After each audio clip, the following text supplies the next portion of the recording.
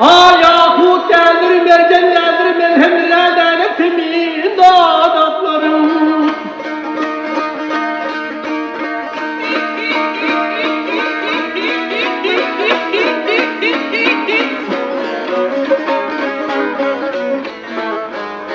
Ya ayrıldırım, ayrıldırım, ya ayrıldırım, ayrıldırım.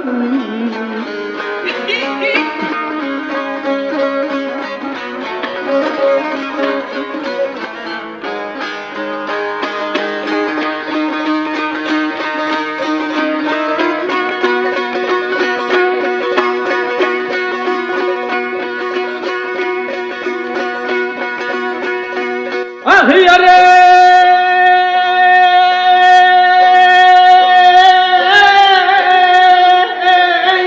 boyun benler talçığın defterten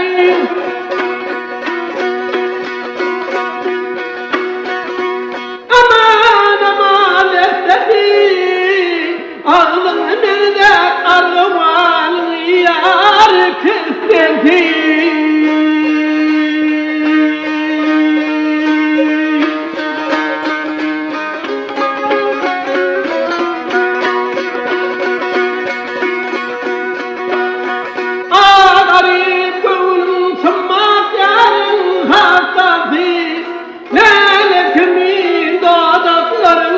Yar kırmızı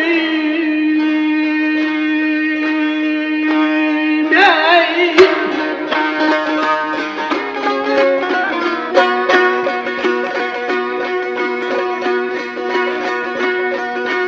Ah yare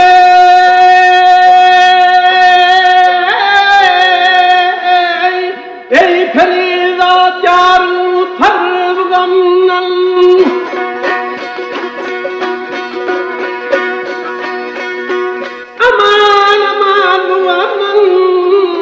Ya sormini dağlara kar yar didemin.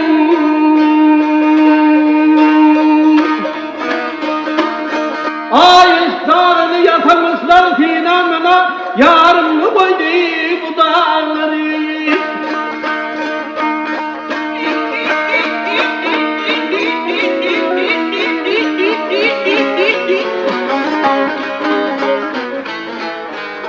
Ya ayrıldırım, ayrıldırım, ya ayrıldırım, ayrıldırım.